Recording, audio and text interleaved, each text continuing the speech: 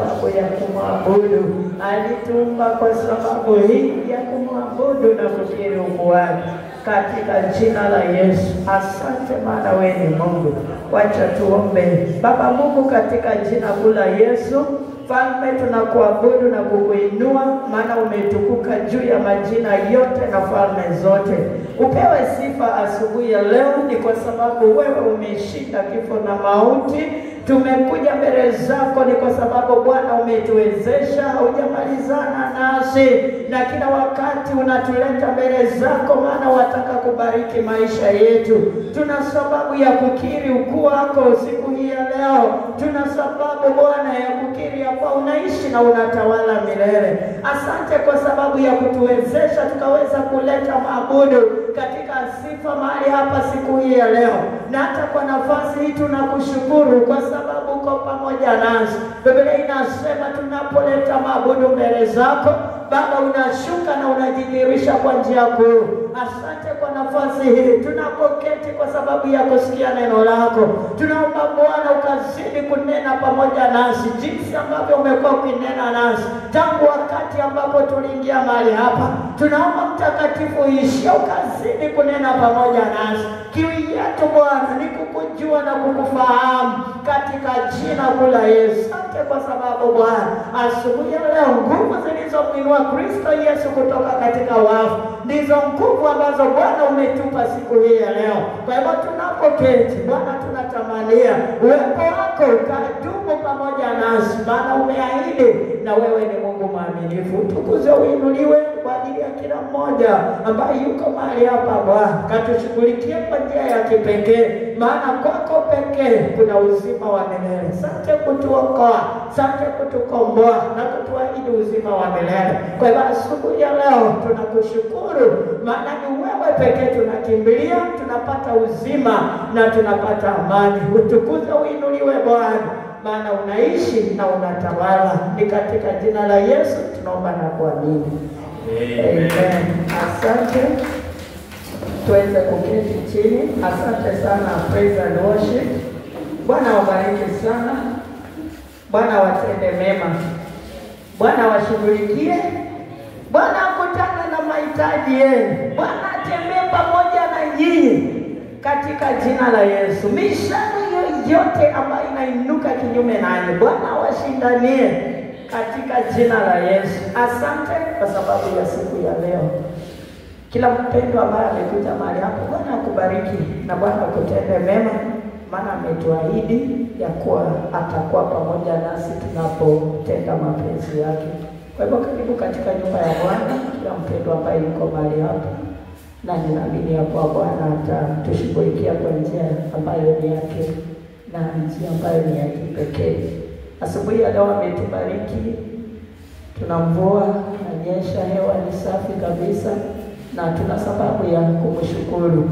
Lakini sisi kama wanadamu, wakati baraka kama hizi zinashuka, tena inakuwa ni kama ni kikwazo kwetu. Uliza jirani yako, hii mvua ni kikwazo kwako? Wengine inakuwa kikwazo, hata wengine wanaremewa, wanaona ni ngumu kutoka kwa nyumba waende wamrukie Bwana, wamwabudu Bwana. Inakuwa kana kwamba ni kikwazo kwao. Ninashukuru Bwana kwa sababu ametubariki, na kupitia katika hali hii hata sasa ndio tunafaa tumtukuze zaidi, tumuinue zaidi. Wengine baridi inawaingia wakati praise and worship wako mahali hapa wanakatika, wengine wako tu. Yaani saa zingine mnatuenjoy. Bwana Yesu asifiwe. Bwana Yesu asifiwe. Saa zingine mnatuenjoy. Yaani mpendwa yuko mahali hapa anamwabudu Mungu. Amejitolea kwa sababu ya kumwabudu Mungu. Na wewe ambaye unatakana umbaki uko tu mahali pale, wewe uko tu. Bwana Yesu asifiwe. Lakini nashukuru Mungu kwa sababu ametuleta na tufurahie anapotubariki, kwa sababu yeye hajabadilika. Vile Bwana alikuwa miaka iliyopita, vile alivyokuwa zamani, angali yuko hivyo. Lakini sisi tunabadilika kila season, kila wakati, kila nafasi. Wakati kama huu Maabudu yetu kwake Mungu yanabadilika. Lakini yeye Mungu habadiliki. Sisi tunabadilika kila dakika. Wakati baridi iko, hatutaki tumwabudu Mungu. Tunataka tumwabudu Mungu wakati hali iko, yaani niseme aje. Bwana Yesu asifiwe. Bwana Yesu asifiwe. Amen. Tunatakana turudisha huo upendo kwake Mungu ambaye hajabadilika. Kuna mwandishi mmoja ambaye ninapenda sana. Katika maandishi anasema ya kuwa Baba Mungu hajawahi nitenda maovu yoyote. Kwa hivyo ndani yake anatamani azidi kufanyia Mungu kazi, kwa sababu anasema kuna lolote Mungu amemfanyia. Na ninapenda sana kila wakati ninaposoma hayo maneno. Kwa hivyo nasi pia tunatakana tuwe katika kiwango hicho ambacho hatubadilishi. Vile ambavyo unamtumikia Mungu, kisije chochote kile kikakusababisha wewe ukapunguza ile the fear of the Lord ambayo iko ndani yako, isije ikapunguka kwa sababu ya jambo lolote.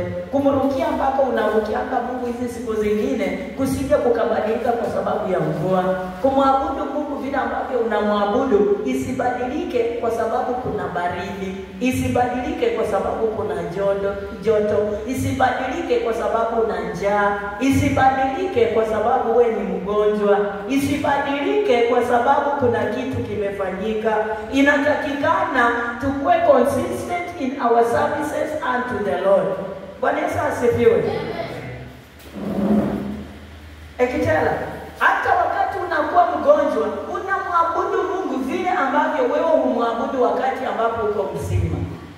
Wakati ambapo kuna baridi, amwabudu Mungu jinsi ambavyo wewe humwabudu wakati ambapo weather iko favorable kwako. Kwa nini nasema hivi? Najua ni upendo wa Mungu unanishangaza. Upendo wa Mungu unanishangaza. Kanisa Mungu anatupenda sana. Ndio maana katika msimu huu tumekuwa tukisherehekea Easter ama Pasaka.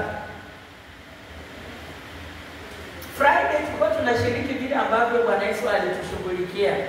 Orada tulikuwa tunakumbuka vile ambavyo mateso aliyoyapitia, mijeledi yote aliyopigwa, misumari aliyogongewa, mate aliyotemewa, kuna inaitwaje? Katika kichwa chake alivalishwa miiba. Tulikuwa tunayangalia hayo yote. Vile ambavyo alipitia, mambo yote aliyoyapitia ambayo yalikuwa mazito, na yeye upendo wake ukazidi. Hata katika hali hiyo, yeye naye alikuwa amejitoa kwa sababu yetu, na kwa hivyo hangekata ama hangefika mahali aseme yeye alizidi, akavumilia mpaka wakati wa mwisho. Nasi pia tunatakikana katika utumishi wetu tuendelee namna hiyo. Bwana Yesu yeye anatakikana awe mwalimu wetu. Alivyofanya nasi tunahitajika tufanye vile Yesu alifanya, nasi pia tunahitajika tuweze kuiga mifano aliyokuwa nayo. Unapoangalia maisha ya Bwana wetu Yesu Kristo, wakati ambapo alikuwa na mambo mengi anayashughulikia, anawahudumia wengi, mambo mengi ambayo aliyafanya, lakini unamwona achoki. Yeye bado the way alikuwa anaserve ilikuwa tu consistent, aliendelea. Wakati ambapo amechoka, wakati mara mingi sisi tunapochoka unatamani sijui uende ulale, unalipisha. Kama ulikuwa umekesha, mara mingi inafanyika. Wakati mtu amekesha, unapata anapoenda kwa nyumba anaenda kulipisha, anaenda kulala kwa sababu alikuwa kesha. Lakini alikuwa na Yesu wakati amekesha. Sasa hiyo ndio inampa fursa ya kuingia katika huduma. Kwa hivyo kwa ufupi, sisemi ya kuwa tusipumzike. Kile najaribu kusema ni kuwa let us be challenged by the way Yesu alifanya kazi. Vile ambavyo Yesu alijitolea, alikuwa consistent. Nasi pia tujitolee vile vile. Maana yeye hajabadilika. Alivyokuwa miaka iliyopita, Yesu angali hivyo hivyo. Lakini sisi tunafika mahali, today you are very vibrant, tomorrow mtu anakuangalia anashindwa, what happened? Aiuza jirani yako, what happened? usiangalie jirani yako. Angalia mtu mmoja wote hapa. Nini mmoja hapa? Uliza mwenzako. Wote hapa. Muulize nini ilifanyika? Haya, muulize kwa Kiturkana. Kwa Kiturkana unasemaje? Unasemaje kwa Kiturkana? What happened? Yaani unasemaje kwa Kiturkana?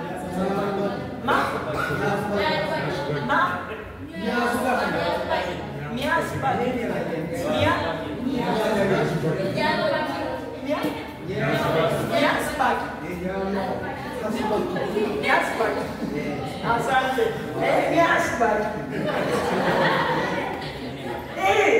Hili inafanyika. Tunataka tukue vile tu Yesu alikuwa. Unaona sasa wakati kama huu tunaposherehekea Pasaka, vile ambavyo Yesu alikuwa, vile alivumilia mpaka mwisho, akapitia mambo yote machungu mwisho, alafu siku ya mwisho akafufuka. Bwana asifiwe. Kwa hivyo Yesu ni wa kipekee, maana yeye hatawahi linganishwa na yeyote yule. Yeye pekee alikufa lakini akafufuka. Lakini wengine hata majina makubwa tunayafahamu na kujua, walipokufa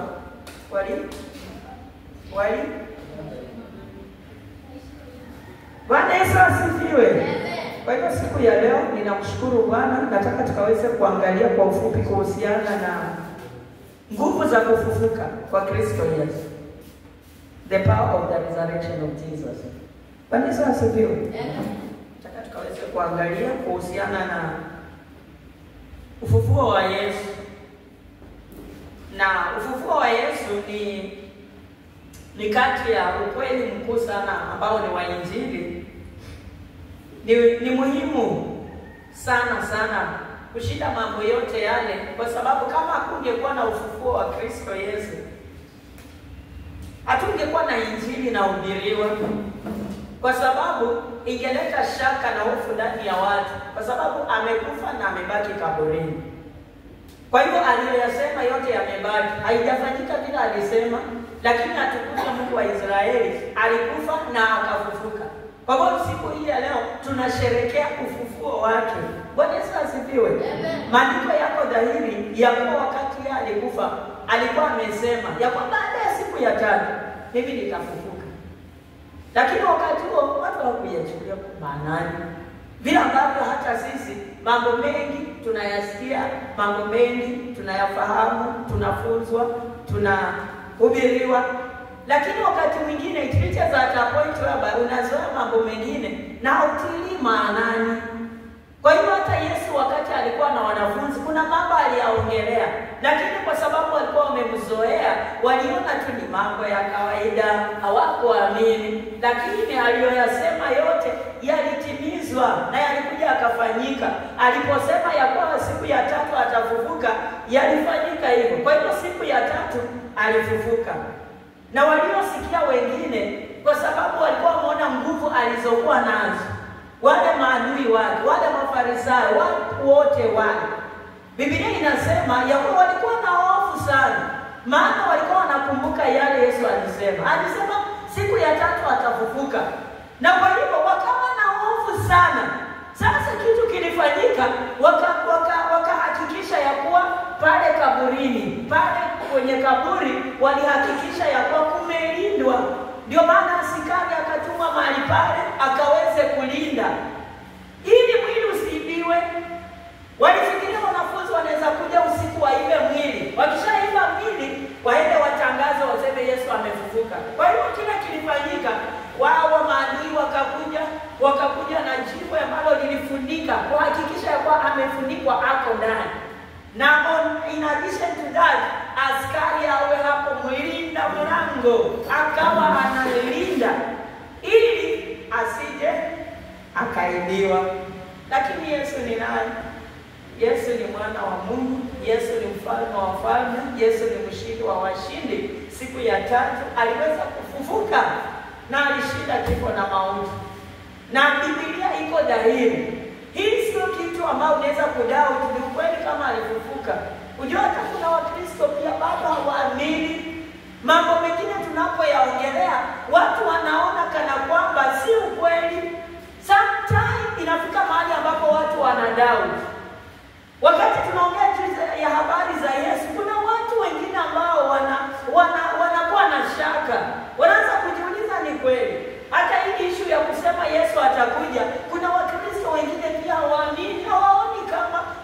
wanashangaa itafanyika aje.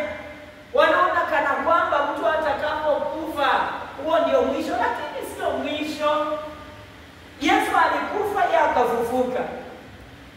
Na sisi wale ambao tumepatanishwa na yeye, Biblia iko dhahiri ya kuwa tunafufuka atakapokuja. Atakapokuja, wale waliokufa ndani ya Kristo watafufuliwa kwanza, wakutane na yeye, alafu waende kukaa na yeye milele na milele. Wapendwa, Yesu ni mzuri. Kanisa, Yesu ni mzuri. Anatamani ya kuwa tuzidi kumjua. Kwa nini tunakuja kanisani? Kwa nini tunakuwa na shirika? Kwa nini tunaenda kuhubiri? Kwa nini tunakuwa na mafunzo? Jambo ni hili, ili tukaweze kumjua na kumfahamu. Maana tutakapomjua na kumfahamu, mtumishi alinena mahali hapa, tunapomjua na kumfahamu, hapo sasa ndio tutampenda zaidi. Maana utapenda mtu zaidi baada ya wewe kumjua. Kwa hivyo itatusababisha sisi tumpende vile ambavyo anatupenda, vile ambavyo anatujali. Yeye hajifungii mahali kwa sababu mvua inanyesha aseme leo sitawaangalia watoto wangu. Yeye 24/7 macho yake yanawatazama wenye haki, anawaangalia, anatuma ulinzi. Yeye mwenyewe anatulinda, anasimama nasi kwa hali zote, kila wakati. Hakuna wakati ambapo anafika mahali achoke. Anaendelea kukuwa baba, anaendelea kuwa rafiki, anaendelea kuwa mfariji, anaendelea kuwa mtawala. Hayo yote ambayo tunayajua kuhusiana na Mungu, anabaki hivyo. Nasi Bwana wapendwa, Bwana anataka wapendwa tukazidi kumjua. Ndio maana tunakuwa na ibada. Tukazidi kumfahamu, ndio maana tunajifunza. Tukazidi kushirikiana na yeye, yaani akuwe mwandani wetu, tutembee na yeye siku zetu zote.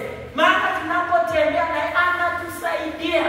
Mara nyingi tunabebana na mizigo ambayo inasababisha sisi kudhoofika. Tunapata mateso mengi katika maisha, maana tunakataa kusikia sauti yake. Anaposema leta mizigo yote kwangu, sisi tunajifanya tunajua. Kwa hivyo tunabebana, tunatembea na uzito wote wa kila aina tumebeba. Ilhali Kristo Yesu anasema yamekwisha, nimekufa. Kifo hicho kilikuwa kwa sababu yako, upokee msamaha wa dhambi, ukapate kuishi. Kama Yesu alikufa kwa ajili yetu, tumekuwa tukisherehekea, na siku hii ya leo tunasherehekea ushindi. Pigia Yesu makofi. Kwa hivyo wapendwa, tunapoangalia kuhusiana na kufufuka, tunasoma katika kitabu cha, in fact, vitabu vya Injili vitatu vya kwanza, Mathayo, Marko na Luka. Hivyo vitabu vyote ni vya Injili. Vitabu hivyo vimeleta vizuri habari za Yesu. Kuna mifano ambayo kuna habari ambazo tunaweza soma katika kitabu cha Mathayo, usome katika kitabu cha Marko, na pia usome katika kitabu cha Luka. Kuna ingine utapata kwa Marko, upate kwa Mathayo. So kile najaribu kusema, hivi vitabu vyote tatu hivi vya Injili vyote vinatupea habari za Kristo Yesu. Kwa hivyo siku hii ya leo, habari za Kristo Yesu tutatoa katika kitabu cha Mathayo 28. Na pia katika vitabu vingine cha Marko pia unaweza kupata habari hiyo. Only that, kwa sababu ni waandishi watatu tofauti, vile ambavyo huyu anaandika, analeta kwa njia ambayo ni yake kuhusiana na yote aliyoyapokea. Vile ambavyo wanadamu wanakuwa tofauti. Mimi niko tofauti kabisa na Ekitela. Kwa hivyo ikikuja kwa mfano, tukue na kitu kimefanyika.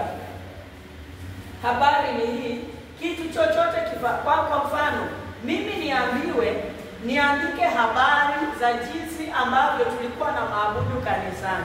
Ekitela pia aandika habari ya jinsi ambavyo tulikuwa na maabudu katika kanisa, utakuja kugundua ya kuwa tutaandika kila kitu vile ilifanyika, lakini itakuwa tofauti kiasi, kwa sababu mimi ni tofauti na Ektela.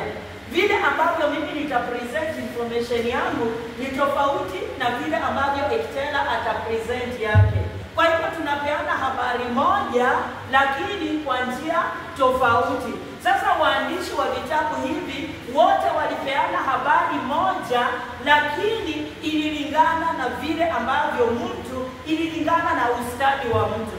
Kwa hivyo vile ambavyo Marka anaandika katika kiwango hicho ambacho yeye anajua. Habari ni moja, wote wanaandika habari za Yesu, lakini kwa sababu ni watu watatu tofauti, kila mtu anaandika na style yake. Bwana Yesu asifiwe. Ndio maana vitabu hivi vyote vinapeana habari za Yesu. Unaweza soma habari hapa na unaenda kwa ingine, ni hiyo hiyo, lakini jinsi ambavyo huyo ameandika inakaa haiko sawa na jinsi ambavyo mwingine ameandika. So haimaanishi habari ni tofauti. Habari ni hiyo moja, lakini jinsi ambavyo imeandikwa ndio inatofautisha. Bwana Yesu asifiwe. Kwa hivyo Mathayo 28 mstari wa kwanza, maandiko yanaanza kusema ya kuwa hata Sabato ilipokwisha,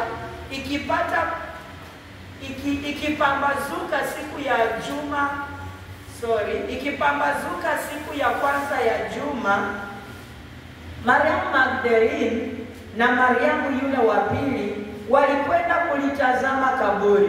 Na tazama, palikuwa na tetemeko kubwa la nchi, kwa sababu malaika wa Bwana alishuka kutoka mbinguni, akaja akaliviringisha lile jiwe, akalikalia.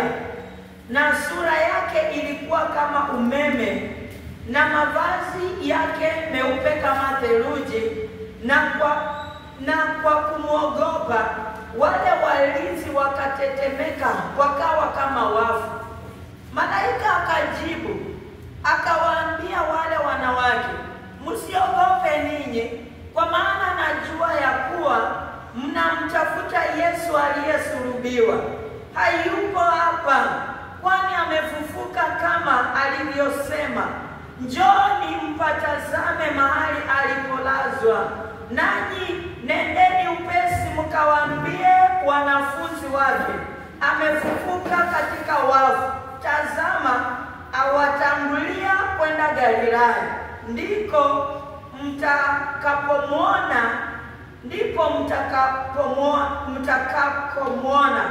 Haya nimekwisha kuambia. Wakaondoka upesi kutoka kaburini kwa hofu na kwa furaha nyingi, wakaenda mbio kuwapasha wanafunzi wake habari. Na tazama, Yesu akakutana nao akisema, salamu. Wakakaribia, wakamshika miguu, wakamsujudia. Kisha Yesu akawaambia, msiogope. Enendeni mkawaambie ndugu zangu waende Galilaya, ndiko watakaponiona. Bwana Yesu asifiwe. Kwa hivyo habari za Yesu ni kama vile ambavyo tumesoma. Kwenye kaburi la Yesu kuliwekwa jiwe ambalo lilikuwa kubwa, ili likaweze kuzuia mtu asichukue mwili ama kuzuia, ama ilikuwa security. Kwa hivyo Biblia inasema malaika akatoka mbinguni, na alipokuja aliweza kuliviringisha lile jiwe, akatoka akalitoa kwenye kaburi na kisha akalikalia. Kwa hivyo Mariamu wale wawili wanapokuja wanampata, na Biblia inasema wale walinzi waliokuwa mahali pale waliogopa sana kwa sababu ya yale ambayo waliyaona. Maana mavazi ya malaika aliyekuwa amekalia kwenye lile jiwe ambalo lilitolewa katika kaburi yalikuwa meupe kama theluji, yalikuwa mwangaza, yalikuwa white kabisa, yalikuwa yana shine. Alafu kulikuwa na tetemeko. Kwa hivyo ikawasababisha wale walinzi wakaogopa. Kwa hivyo wakawa chini kama watu waliokufa, wakawa kama watu ambao wamekufa. Kwa hivyo wakati ambapo Mariamu anakuja, wanapatana na malaika, malaika anawaambia, najua mnatafuta Yesu aliyesulubiwa. Alafu anawaambia, anasema, Yesu hayuko mahali hapa, maanake amefufuka. Kwa hivyo akawaambia Yesu amefufuka. Akawaambia Yesu amefufuka. Kwa hivyo akawaambia ya kuwa sasa waweze kuondoka mahali pale, wakaweza kupeleka habari ya kuwa Yesu amefufuka. Yesu maiti tena, Yesu amefufuka. Bwana Yesu asifiwe. Amen. Waliambiwa watoke mbio. Aliwaambia msiogope, amefufuka. Na kwa sababu amefufuka, itahitajika muondoke, mwende mbio. Kwa hivyo waliweza kuondoka upesi kutoka kaburini, wakiwa na hofu na pia wakiwa na furaha nyingi sana. Wakaenda mbio. Hawa mama walienda mbio. Kwa hivyo wakaenda kuwapasha wanafunzi wake habari. Biblia inasema, natazama, Yesu akakutana nao akisema, salamu. Wakakaribia, wakamshika miguu, wakamsujudia.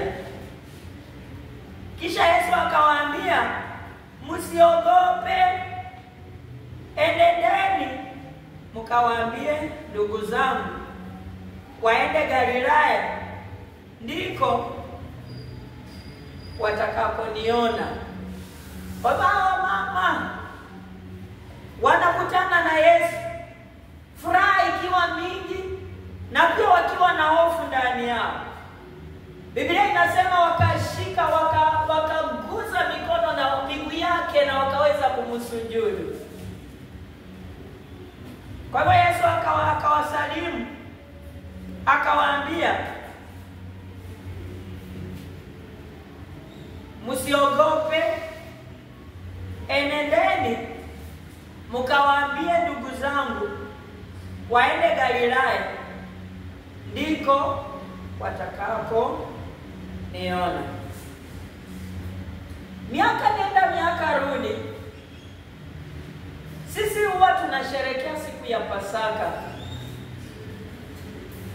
Kila mwaka tunakutana, tunasherehekea hii siku tunapoangalia aliyoyapitia mwana wa Mungu. Tunaangalia tangu wakati ambapo alikamatwa, mateso yakaanza, jinsi anatemewa, jinsi anapigwa, anawekwa mimba kwenye kichwa, anapigwa kila aina, yaani kila hali aliteswa. Askari anatokea huko anapiga, mwingine huko anapiga, mwingine anamtemea, hiyo mimba inawekwa, mateso ya kila aina.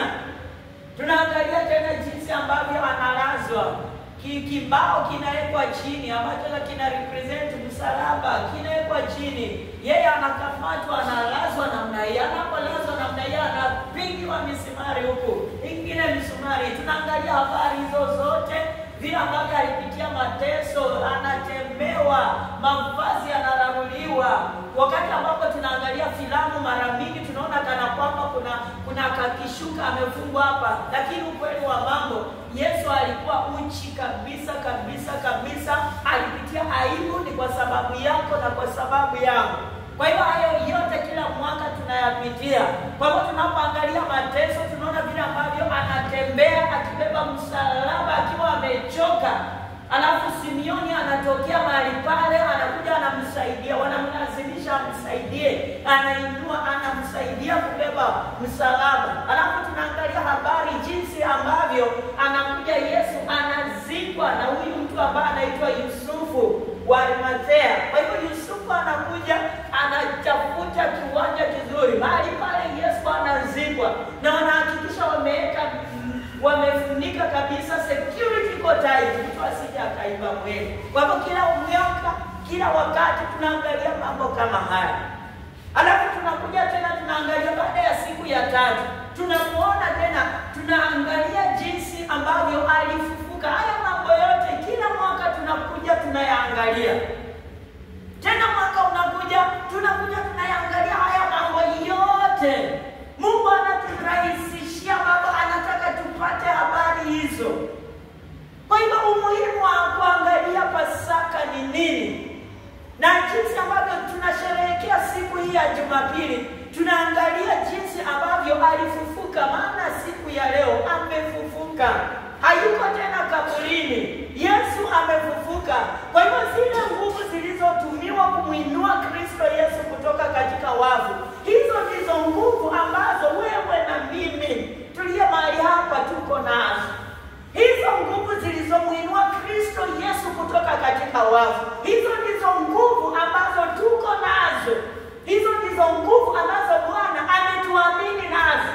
Hizo ndizo nguvu ambazo Bwana ameweka ndani yetu. Hizo ndizo nguvu ambazo Bwana ameweka juu yetu, ameweka ndani yetu, ili tukaweze kusaidiwa hii safari ya wokovu. Kwa hivyo Roho Mtakatifu aliye ndani yetu anatusaidia kuishi haya maisha ya wokovu. Anatuelekeza, anatufundisha, anatuonyesha vile ambavyo tunafaa tufanye. Tuko na huyo Roho ambaye yuko juu yetu. Na huyo Roho ambaye yuko juu yetu ni huyo Roho aliyemuinua Yesu kutoka katika wafu. Kwa hivyo Roho anapotukalia, Roho wa Mungu anatusaidia sisi tukuingia katika majukumu ambayo sisi tumeitiwa. Na hapo ndipo tunapatikana tukihudumu. Hapo ndipo ambapo tunapatikana tukiwafikia wengine ambao hawajasikia habari za Yesu. Hapo ndipo ambapo tunapatikana, tunajiingiza katika huduma. Tunajiingiza katika yale ambayo tumeitanishwa na Yesu kuyafanya. Kwa hivyo hizo nguvu zilizomuinua Kristo Yesu, hizo ndizo nguvu ambazo wewe pamoja nami tuko nazo. Kwa hivyo kwa nini kuangalia haya mambo kila wakati?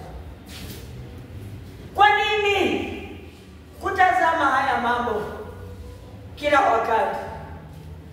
Angalia kitabu cha Matendo ya Mitume 1. Matendo ya Mitume 1. Matendo ya Mitume 1, maandiko yanasema hivi.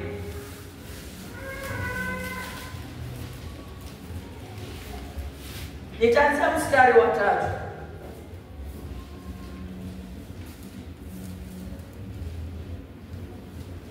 Wacha tuanze mstari wa 2.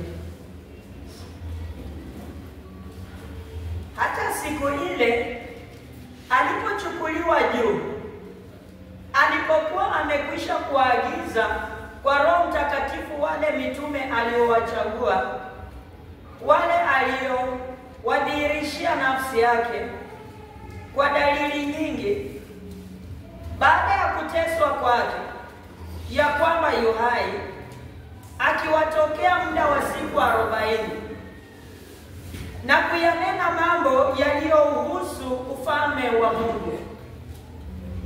Hata alipokuwa amekutana nao, aliwaagiza wasitoke Yerusalemu, bali waingoje ahadi ya Baba, ambayo mlisikia habari zake kwangu, ya kwamba Yohana alibatiza kwa maji, bali ninyi mtabatizwa katika Roho Mtakatifu baada ya siku chache.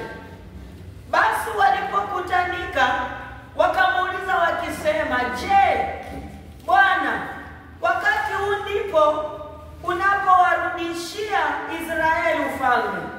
Akawaambia, si kazi yenu kujua nyakati wala majira Baba aliyoyaweka katika mamlaka yake mwenyewe.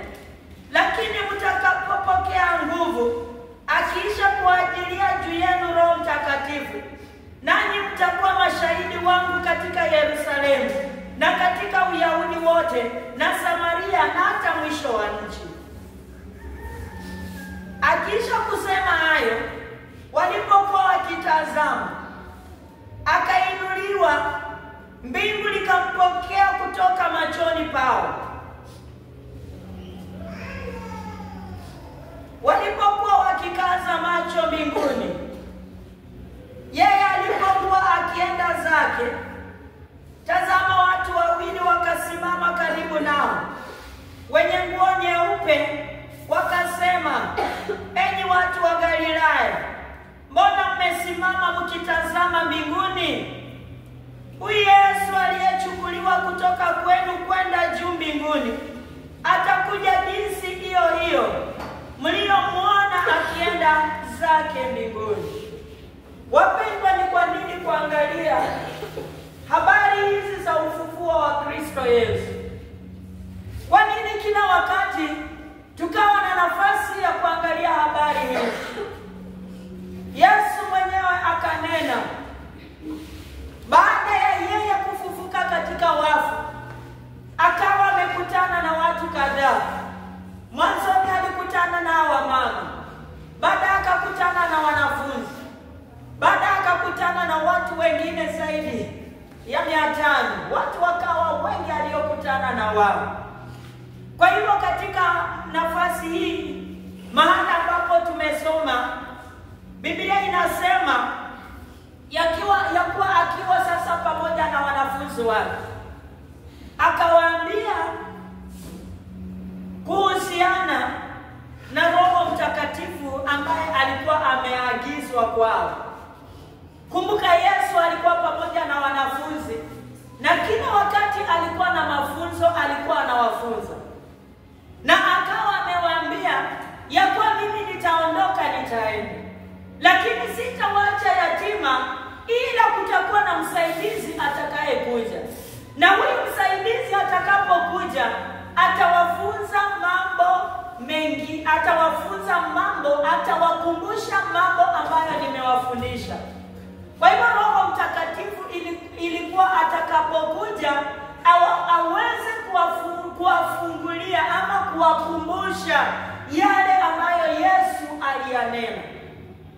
Kwa hivyo wakati huu anaongea nao kuhusiana na hii ahadi ambayo ni Roho Mtakatifu, akiwaambia ya kuwa Roho Mtakatifu ambao walikuwa wameagizwa, aliwaambia ya kuwa yeye atakuja. Kwa hivyo katika mstari wa 4 anasema, hata alipokuwa amekutana nao, aliwaagiza wasitoke Yerusalemu. Kwa hivyo akawaambia, msitoke Yerusalemu. Akasema, ninataka mungoje ahadi ya Baba, ambayo mulisikia habari zake kwangu. Yesu tayari alikuwa amewaambia kuhusiana na Roho Mtakatifu, ya kwamba Yohana alibatiza kwa maji, bali akawaambia, ninyi mtabatizwa katika Roho Mtakatifu baada ya siku chache. Kwa hivyo akawaambia, msitoke Yerusalemu. Huyo Roho Mtakatifu ambaye nimekuwa nikiongea juu yake, atakuja kuweza kuwabatiza nyinyi. Kwa hivyo walipokutanika, wakawa wanamuuliza, wanamwambia, Bwana, wakati huu ndipo utakapowarudishia Israeli ufalme? Wakawa wanawauliza hiyo kwa sababu kwao walikuwa wanafikiria ni utawala wa kawaida.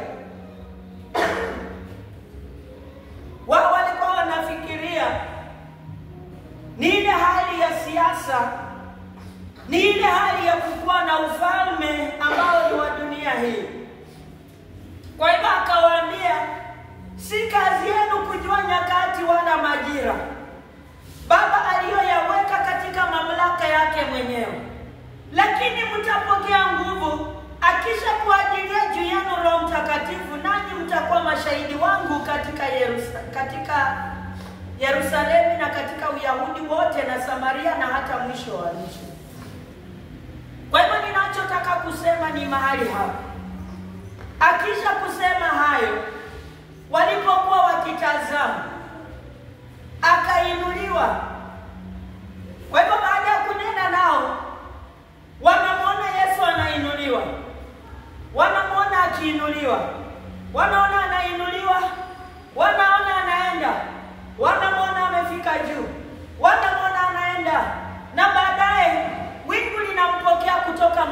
pao. Kwa hivyo sasa wakati huu hawamwoni tena, tayari ameenda, wingu limempokea. Kwa hivyo wanafunzi wakawa bado wanaangalia, wanashangazwa na mambo ambayo yamefanyika.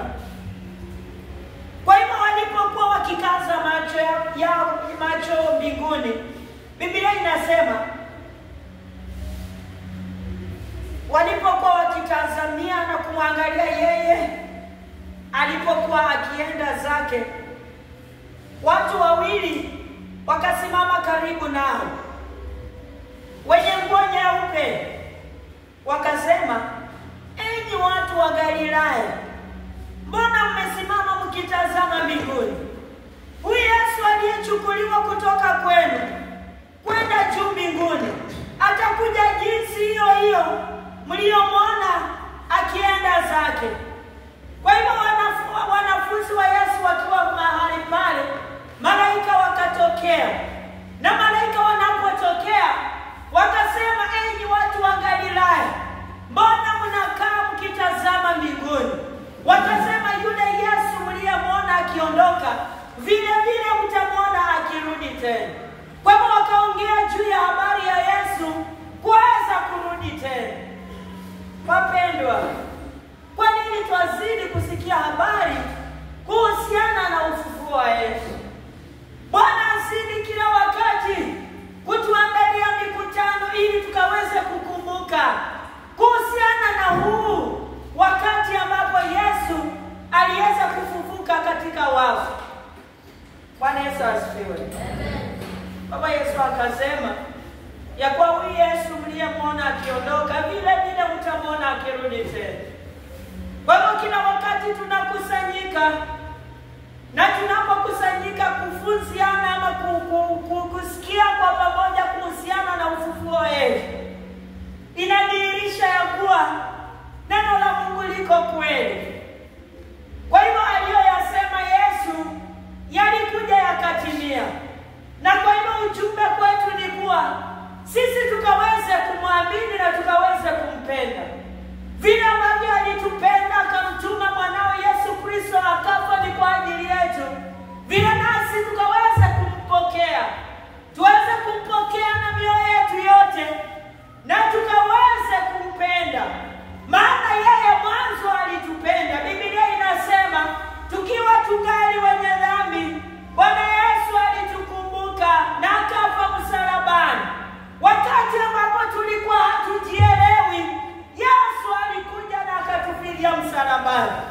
Kwa hivyo umuhimu wa kusherehekea ufufuo wa Kristo Yesu inatupa sisi ufahamu ya kuwa Yesu ni wa kweli na neno lake ni kweli.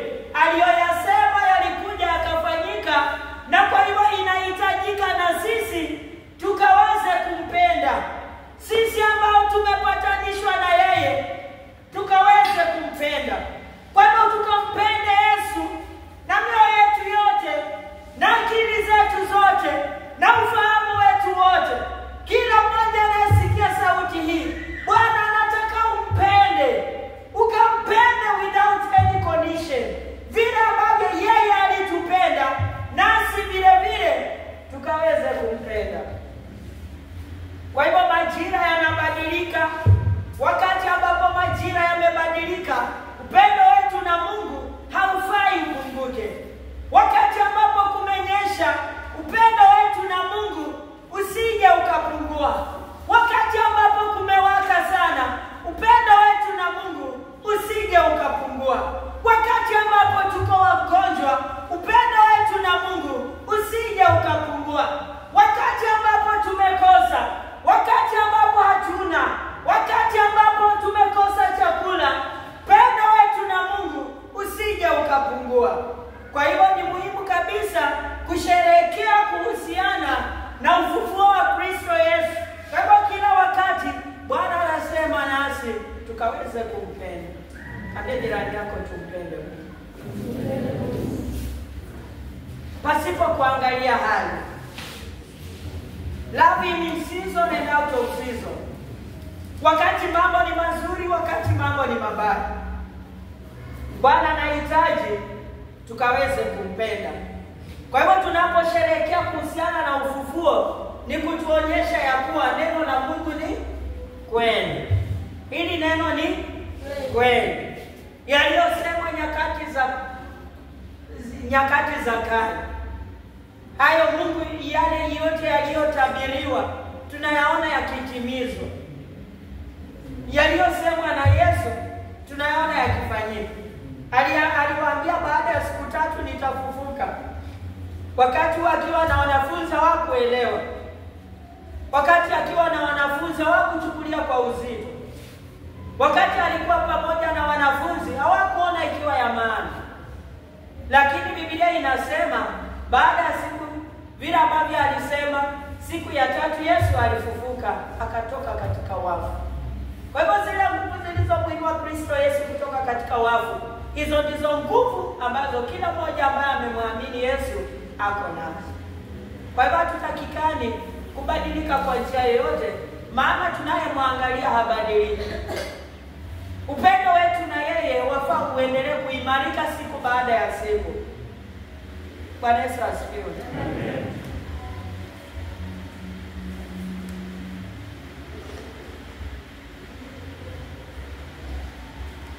Kwa nini tunasherehekea kufufuka kwa Kristo Yesu? Wakati ambapo wanafunzi walikuwa kwa pamoja wakitazama na kumwangalia aliyekuwa tayari amen, malaika wakatokea wakasema, yule mnayemwangalia, yule mnayeendelea kutazama hayuko nasi. Baba akamwambia, jinsi mlivyomwona akienda, yeye atarudi tena. Kwa nini tunasherehekea ufufuo wa Kristo Yesu? Maana kupitia katika ufufuo wa Kristo Yesu, sisi tunapata ufahamu ya kuwa Yesu alifufuka akatoka katika wafu, na wakati wa sasa amekaa mkono wa kulia wa Baba.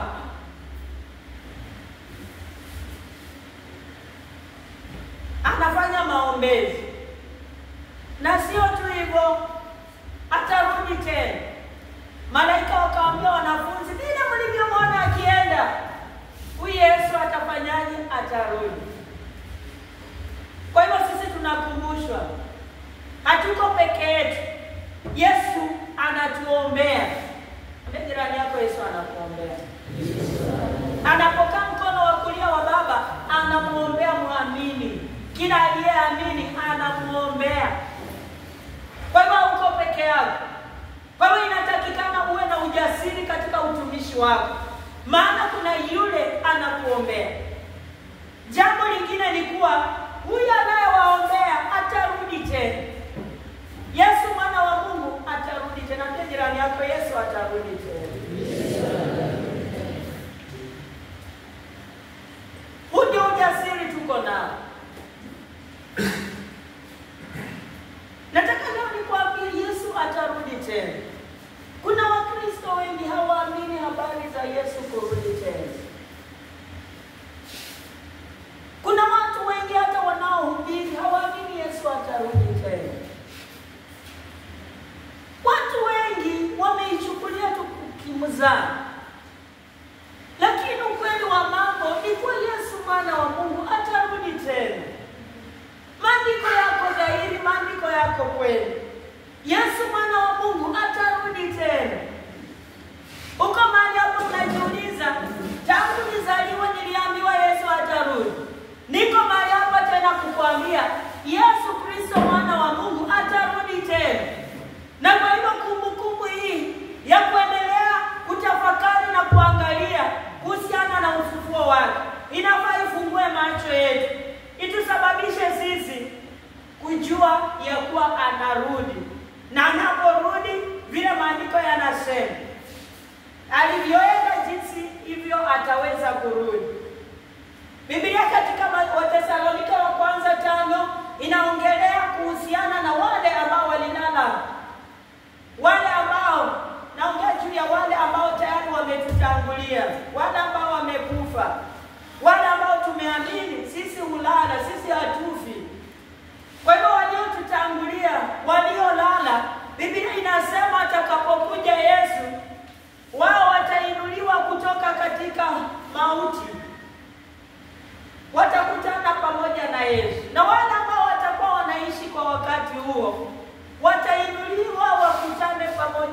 wao. Mnasikia maneno ya rapture. Itafanyika. Yesu mwana wa Mungu atakuja. Ndio maana maandiko yako dhahiri. Yapo kutakuwa na wawili wanalala pamoja. Mmoja atachukuliwa, mwingine ataachwa. Kutakuwa na wengine wako katika hali ya kupepeta pepeta. Mmoja atachukuliwa, mwingine ataachwa. Wapendwa, Yesu Kristo mwana wa Mungu atarudi tena. Wacha ije katika mawazo yako siku ya leo. Yakae katika moyo wako ya kwa Yesu Kristo mwana wa Mungu anarudi tena.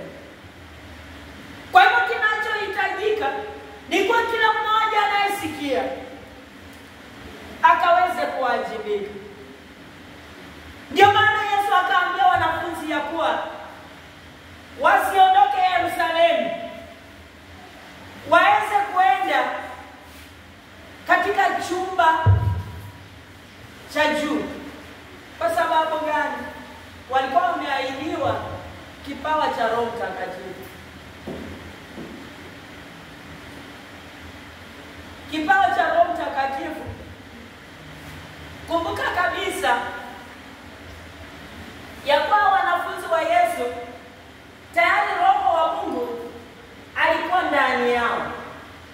Kumbuka katika kitabu cha Yohana 20 kuanzia mstari wa 22. Baada ya Yesu kufufuka katika wafu, akawapata wanafunzi wako katika chumba wamejificha. Na alipoingia mahali pale, akajua wako na uoga mingi. Kwa hivyo alipofika akawaambia, amani na iwe nanyi.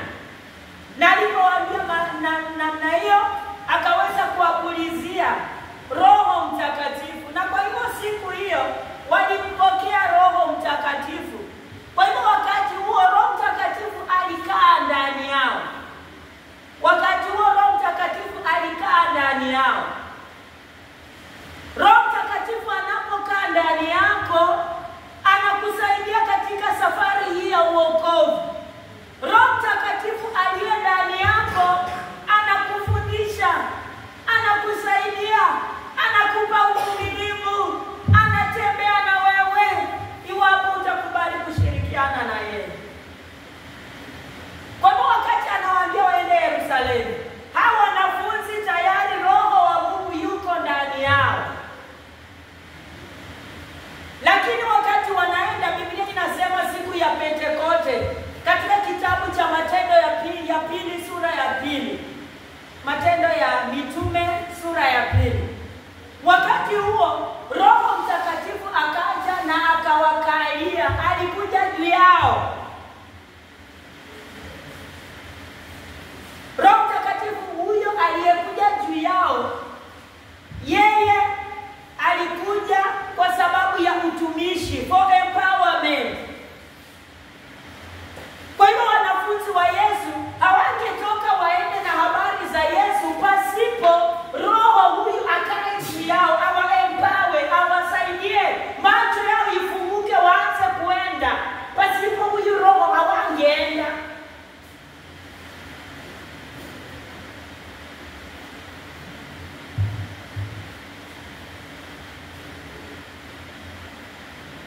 Kanisa la Kristo, Yesu atarudi tena mara ya pili. Atakuja kulinyakua kanisa lake. Na kwa hivyo nini inahitajika sasa tuweze kufanya? Inamaanisha sasa tukae tungoje. Kisa jirani yako tunatakana tufanye nini? Tafadhali ongea na jirani yako kweli. Mbona tunatakana tufanye nini? Ama tukae tu tungoje? Anasema nini? Tunatakana tufanye nini? Anasema nini? Haya, naongea na nini? Anasema nini? Tunatakana tufanye nini? Tupende Mungu kila wakati. Mwingine. Na sasa tutapenda nini?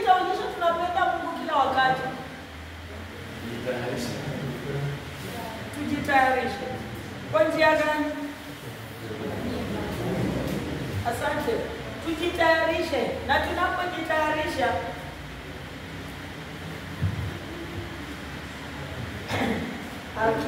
akinita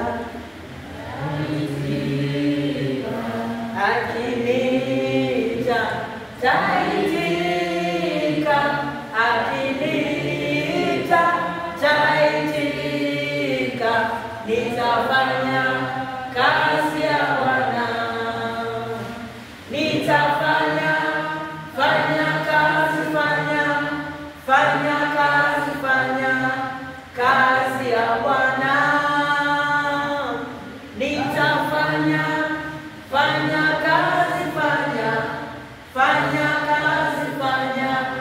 kazi ya Bwana.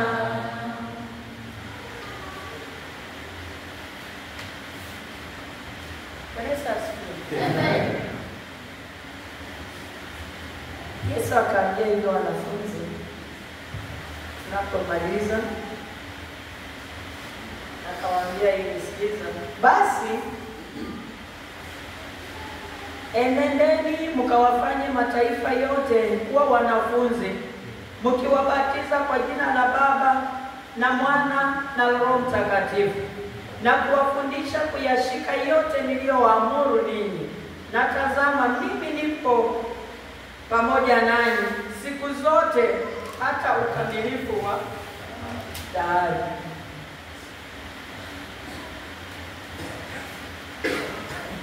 Bwana Yesu alifanya mambo yote, alipitia mateso sisi tukaweze kupona, akabeba laana zetu, akabeba hayo mambo yote sisi tukaweze kupona. Kwa hivyo nasi pia tunahitajika tujitoe kabisa katika utumishi, tukaweze kuenda, tukaweze kuvuna mavuno. Biblia inasema ya kwa watenda kazi ni wachache, kwa hivyo mavuno ni mengi. Kwa hivyo inahitajika ufanyaje? Uondoke, kwa sababu mavuno yako watenda kazi ya watu. Simame kwa miguu yetu. Fungua kinywa chako, enda mbele za Bwana, ili ambalo Bwana amenena na wewe akaweze kutenda katika jina la Yesu, akaweze kukusaidia. Ambia Bwana akaweze kukusaidia. Ile ambalo Bwana ameweka katika moyo wako ni wakati mzuri sana wa kumwambia Bwana, niko mahali hapa nitumie. Niko mahali hapa ninajikabidhi kwako. Niko mahali hapa ninakutamani zaidi. Kwa hivyo fungua kinywa chako kaweze kumwambia Bwana. Maana Bwana yuko mahali hapa katika kukusaidia, katika kukuimarisha, katika kukupigania na kukuonyesha makusudi aliyo nayo ni kwa ajili ya maisha yako. Kila mmoja wetu awajibike mbele za Bwana. Bwana, Roho Bwana aliye mahali hapa shughulike kwa njia yake ya kipekee. Maana yeye ndio msaidizi wetu, yeye ndio Mungu pamoja nasi. Ametuahidia ya kwamba kwa pamoja nasi iwapo tutatenda mapenzi ambayo ni ya Mungu. Baba, katika jina kuu la Yesu ninakutukuza na kukuinua, maana wewe ni Mungu wa